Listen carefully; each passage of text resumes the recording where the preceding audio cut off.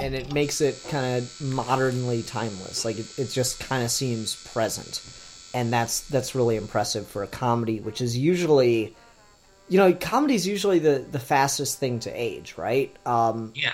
Like you and I both love Looney Tunes.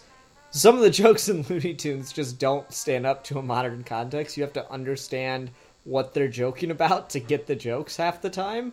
Well, and so much of comedy, particularly in the US, transitions into like reference humor that when the point of reference becomes less normal, the comedy just stops working.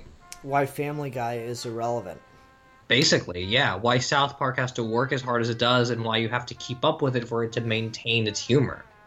Oh, definitely. Like, I remember at one point in time dying laughing watching the episodes of South Park that were, satirizing the BP oil spill.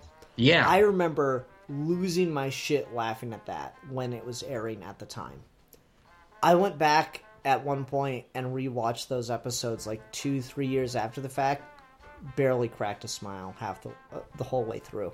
Yeah, I mean, it's again, the context is not there. Humor operates based on very specific ideas of what's normal in a context. For something to be funny and disruptive, you have to have something that is ordered in the first place. And so, like, not only is writing a comedy hard, but, like, maintaining what's funny about it is going to be even more difficult if you're relying so much on references and stuff. This is why things like, say, Back to the Future or Ghostbusters, where the comedy isn't about the references they're making or even their culture, and it's entirely about, like, the characters' relationships age well.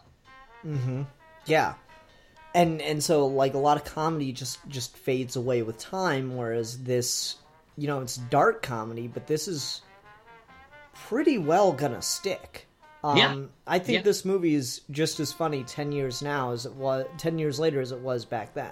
Yeah, because the comedy is the situation. It's not added to it.